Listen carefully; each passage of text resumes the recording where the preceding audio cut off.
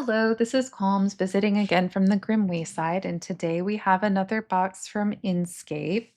This one is called Maya's Myths, and Maya's Myths is the third box released by Inscape. It was released after Pharaoh's Secret and Caesar's Riches, but before Da Vinci's Marvels, Wild West Riddles, and Stonehenge's Legacy. Before we get started with this box, I just want to talk pet peeve real quick, personal issue. As a collector of puzzle boxes, this box is enormous. It is taking up so much of my shelf space. Um, in comparison, this is what the size of a normal Inkscape puzzle box is, much, much smaller. And my personal favorite, you'll hear me say it all the time, I love puzzle potato boxes. I find them absolutely perfect in every way. This is my preferred size for a puzzle box. So you can see Maya's Myths is absolutely massive. Takes up a lot of room on a shelf, and I'm not sure it's worth the shelf space. Sorry to be a little critical about this one, but I found this to be one of the more frustrating boxes that I've actually opened.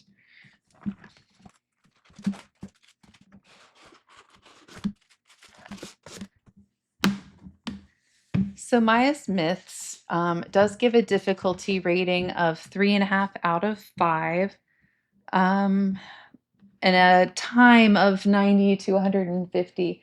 And I would say the timing of 150 minutes is pretty spot on.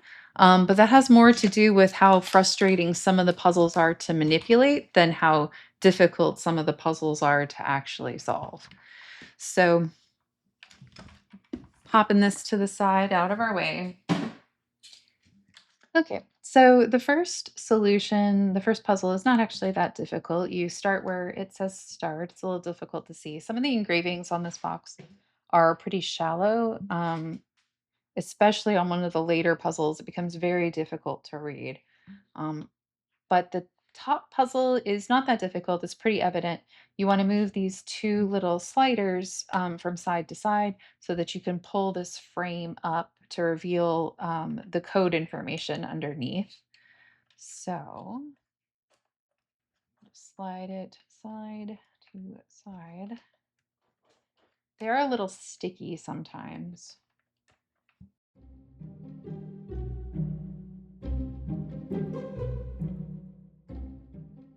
Okay, so the code information that you reveal when you move that frame, that maze frame up, is find the 3-digit code, and you're going to input it where you see the little sideways S inside of a square. And the 3-digit code that you're looking for are the 3 filled in shapes. It's going to be the number of corners or sides. So 3 here, 6 here, and 8. So 3, 6, and 8 are going to be put into the puzzle where you see the sideways S. Let me just unsolve this frame right now, because if you leave it like this, it becomes a little inconvenient as you're trying to manipulate the rest of the puzzle.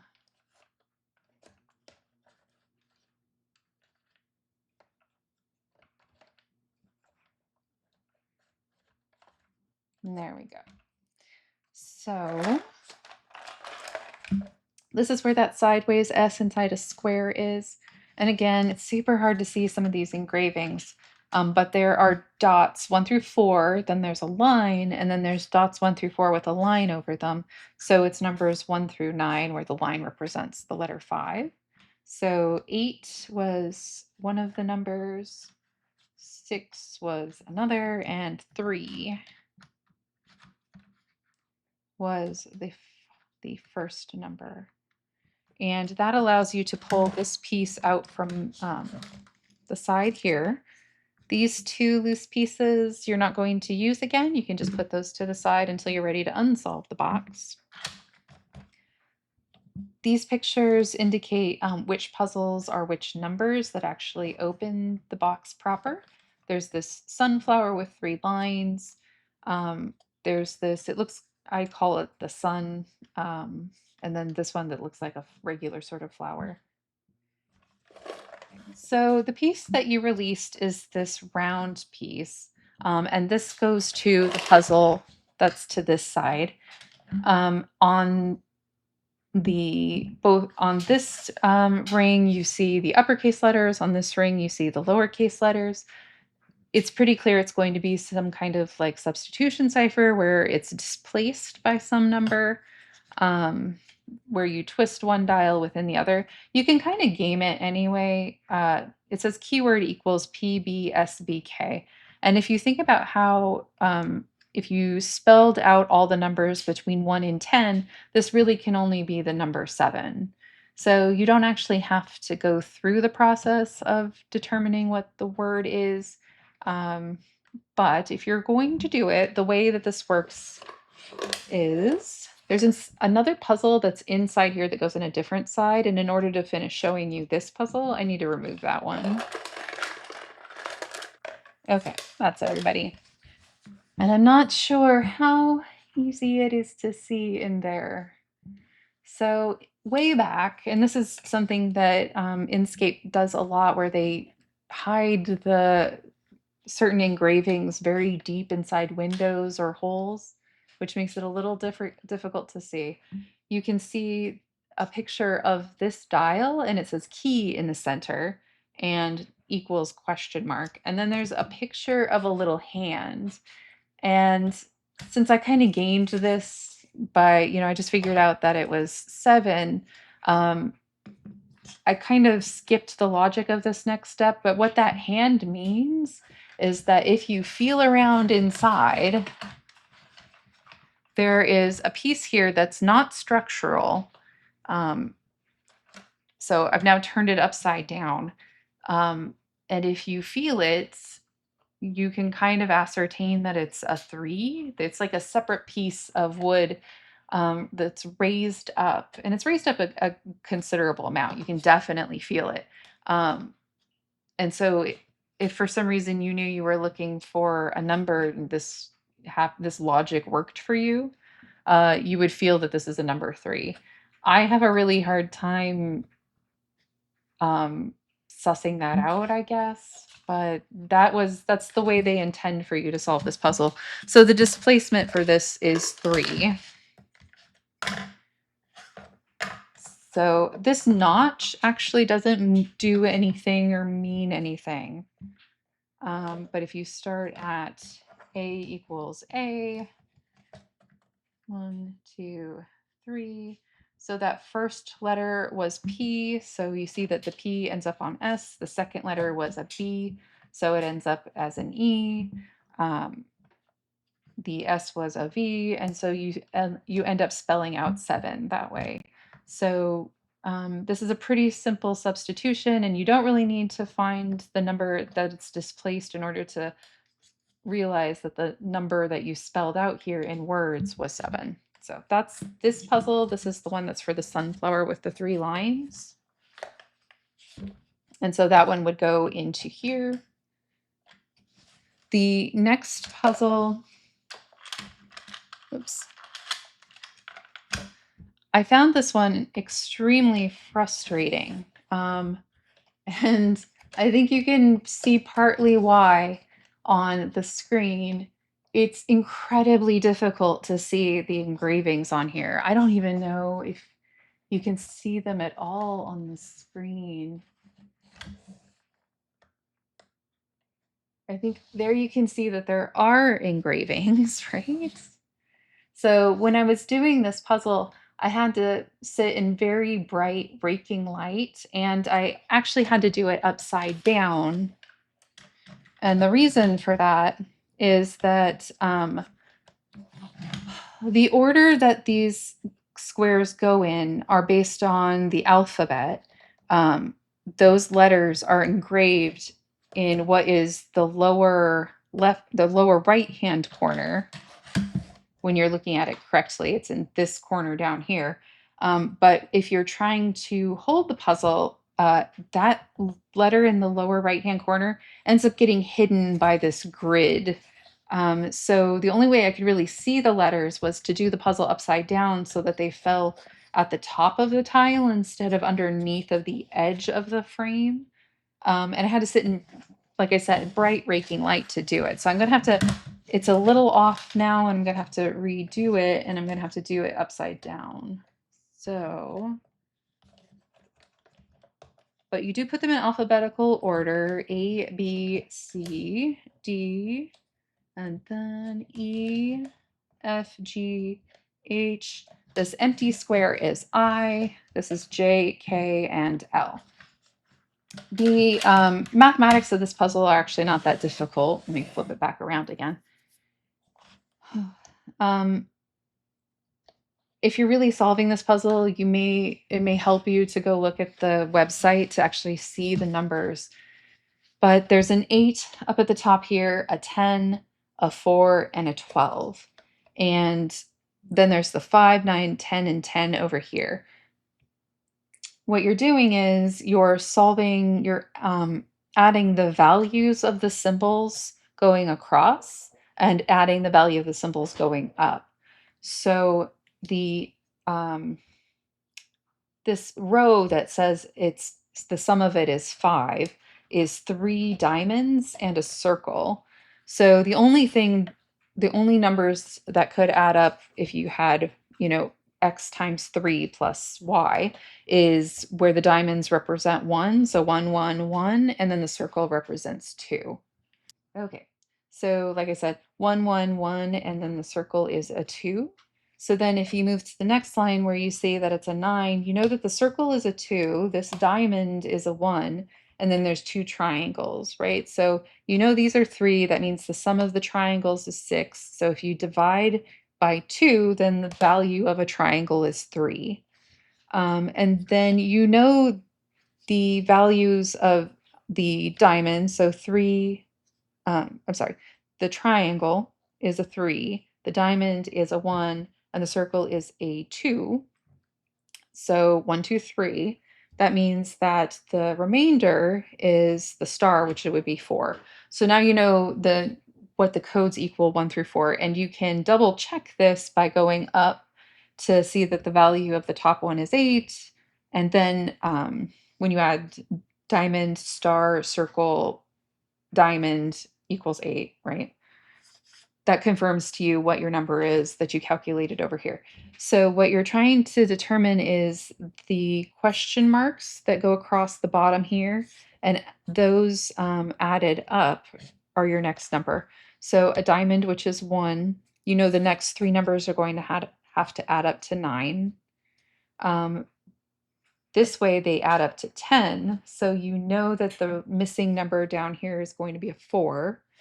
This way, the symbols diamond, diamond, diamond, and blank add up to 4. So the only thing that you can add to 3 ones is 1. So 4, 1. And then the numbers going up this way add up to 12. And that's a circle, triangle, triangle. So 3, 3, and 2, which means that the last number adding up to 12 is going to be 4. So your numbers are 4, 1, 4. And you add those and you get a 9. So a 9 goes into the sun spot. But again, this puzzle was monumentally frustrating to actually do. The other thing about it is, aside from being extremely difficult to read, they're not that easy to slide around. They like to get a little sideways and jam up on each other. And they get a little sticky, and it's just not that satisfying a puzzle to scoot around.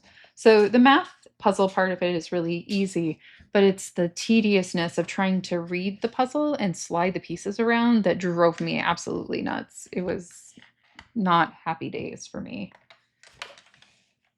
So the last puzzle, and I turn it back around, it's upside down. There are a lot of letters inside of the circles, and then there are other circles that just have lines through them. And I operated under the assumption that the letters were going to spell out my numbers. So looking at all the numbers, they could, all the letters, they could spell out the numbers 5, 6, 7, or 8. Let me just check my notes. Is that right? Oh, I'm sorry. No, it was 5, 6, 8, and 10. So I was pretty sure I was going to come up with one of those numbers. And if I got really frustrated with the puzzle, I was just going to try those 4 numbers in with the other numbers that I did know from the last puzzles, which was 9 and 7. But eventually you put in all of these pieces and the relevant letters show up in the holes. There are more holes than there are letters for the number, so that's not an indication. Some of the holes just end up not being on top of a letter. But I'll go ahead and put this puzzle together. Let me just use my cheats so that I don't have to figure it out on camera again.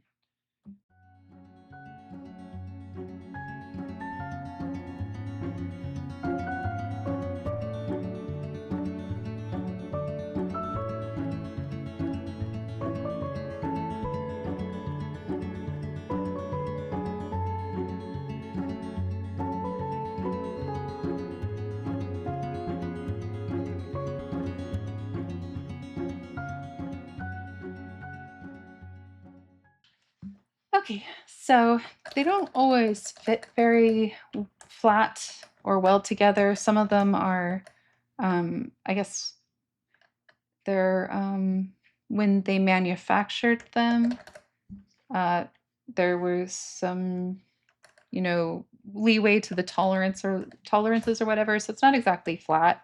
Some of the pieces don't fit that great. But if you then look at the numbers, and they're again, some of this stuff is very difficult to see even when you have the box in your hand. This is an E, I, G, H, T. Yeah. So you can see inside the holes, not every hole has a letter in it. A lot of them have just circles with lines or they don't have anything in them. But the letters that you spell out are 8. So this puzzle took me absolutely forever to do the first time.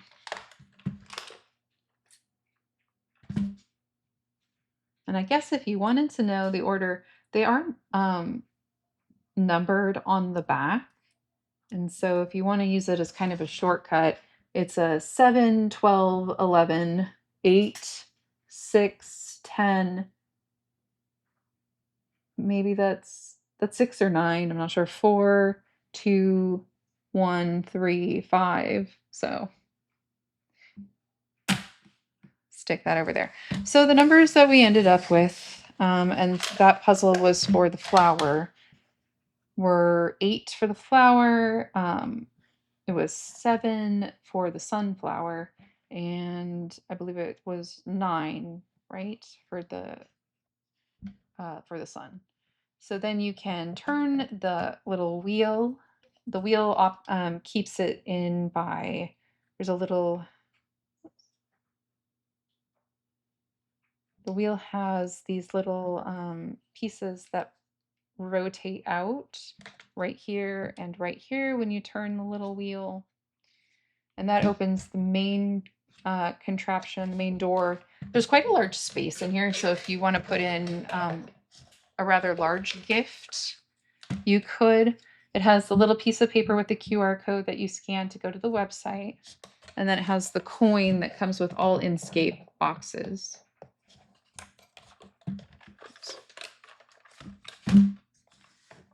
So this coin has a mask face. I'm not sure how. Man, I know it's difficult to see. There's a mask face or a grimacing face on the back of it, which represents this puzzle. And then these symbols usually represent past and future puzzles that are going to come out. There's a Celtic knot that equals E, a caduceus, looks like a sun. There's a monkey and a sheep, a bird, and then this is it's Stonehenge. And Stonehenge is the latest puzzle that came out. I believe Inscape, when I wrote to them, I asked them the order of their puzzles. They said they were expecting to release 2 more puzzles this year. So I will, as much of it as troubled feelings as I have for Inscape puzzles, just for a sense of completeness, I probably will end up purchasing them. I hope they are smaller than this puzzle. Um, So in Inscape puzzles, for the most part, cost about the between $50 and $55 on Amazon when you purchase them. I found this puzzle super frustrating. Maybe if you're the kind of person who likes these kind of puzzles, if maybe sliding puzzles that you can't read really make you excited, then go for it. You'll enjoy this puzzle. But this actually wasn't one that I would probably rebuy if I had the opportunity to do it again.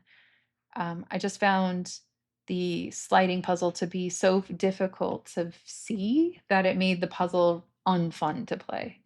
So your mileage will vary depending on what kind of puzzles you like to solve, but this one just wasn't for me. So thank you for joining me for another puzzle. This is the last of the Inscape puzzles that we will be filming, partly because I put this one to the end because it was so frustrating for me. But do watch all of the other Inscape puzzles for a good review of all of their products. And please join us in the future for more puzzle solving videos.